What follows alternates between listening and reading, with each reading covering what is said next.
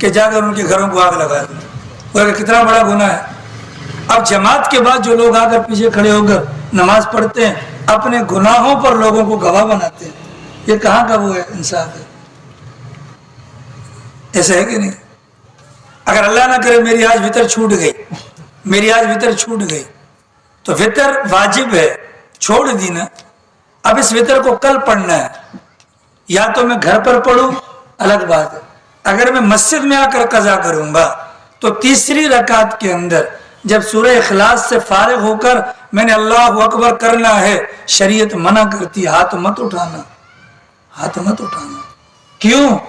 اس وقت اگر تم ہاتھ اٹھاؤ گے ہر دیکھنے والا سمجھ لے گا اس نے کل وتر چھوڑی دی, آج اس کی قضا کر رہا ہے. کل تک تمہارا گناہ ہمارے پاس, آج تمہارے گناہ کے اوپر گواہ موجود, اور جس گناہ پر گواہ موجود ہو وہ گناہ اللہ کی ذات معاف نہیں کرتی. معمولی بہانوں پر رکعتیں چھوٹ جاتی ہیں. لیٹرین کے بہانے اگر وہاں کھڑے ہوتے ہیں, وضو خانے کے اندر کھڑے ہوتے ہیں, رکعت چھوٹ رہی ہے, اس کو گناہ ہی نہیں سمجھتے. خدا کے بندو, یہ بہت بڑا گناہ ہے. تصور کرو آج سرکار ہوتے خدا کی قسم ہمارے گھروں کو, ہماری دکانوں کو, ہمارے بازاروں کو جلا دیتے. 4 بڈھے آ کر کھڑے ہو جاتے ہیں پہلی صف میں, جوان ماشاءاللہ, جیسے اللہ میاں ان کا نوکر ہے معاذ اللہ, یہ نماز ان کی محتاج ہے. اپنے ایمان کی قدر کریں, یہ ناقدری ہے. یہ ایسا نہ ہو کہ کرتے کرتے ایک وقت وہ آ جائے کہ مرتے وقت لوگ کہ کلمہ پڑھو اور زبان پر کلمہ نہ ہے. اللہ بڑا غیرت مند ہے, اور اس کی غیرت کا تقاضا یہ ہے, اللہ تعالیٰ نافرمانی کو ناپسند کرتا ہے. اگر واقعتاً میں اور آپ اپنے دین سے, اپنے نبی سے, اپنے رب سے خوش ہیں تو کم از کم 5 وقت کی نماز تو پڑھ لیں, جماعت کے ساتھ پڑھ لیں. وہ کسی صحابی کی نماز جماعت سے رہ گئی تھی, ایک مرتبہ جماعت سے نماز پڑھنے پر 27 نمازوں کا ثواب, اس صحابی نے اس نماز کو 27 دفعہ پڑھا. سرکار نے کیا فرمایا تھا؟ باقی تو ٹھیک ہے, لیکن جب تم وَلَضَّالِّينَ کہتے ہو تو تمہاری آمین کے ساتھ فرشتوں کی آمین شامل ہوتی ہے. وہ آمین کہاں سے لے کر آؤ گے؟ ارے کتنے بیچارے ہمارے ایسے جن کو آج تک یہ بھی نہیں پتا ہوگا کہ کون سی رکعتیں بھری ہوتی ہیں, کون سی خالی ہوتی ہیں. اس بنیاد پر ضرورت اس بات کی ہے اپنے ایمان کی قدر کرو. خدا کی قسم یہ ایمان کی اللہ کی ذات معاذ اللہ چھین نہ لے. جو حرکتیں ہمارے لوگ باہر بازاروں کے اندر کر رہے ہیں وہ ناقابل بیان ہیں, اور یہ مطلب یہ نہیں کہ صاف طور پر اس بات کا وہ ثبوت ہے کہ ہمیں زبردستی اسلام کے اندر داخل کیا گیا ہے. ہم دل سے اسلام پہ راضی نہیں ہیں. سر دیکھو شیطانوں والا, داڑیاں دیکھو منافقوں اور مجوسیوں والی, لباس دیکھو عیسائیوں والا, اندر سے دیکھو خطرہ نہیں یہودیوں والے طریقہ کار. یہ مسلمانیت نہیں. یا ایھا الذین آمنوا ادخلوا فی السلم کافہ, پورے کے پورے اسلام میں داخل ہو جاؤ. جو غلطیاں ہیں ان کو سدھار کی کوشش کریں, اللہ سے معافی مانگیں. اللہ پاک توفیق عمل نصیب فرمائے.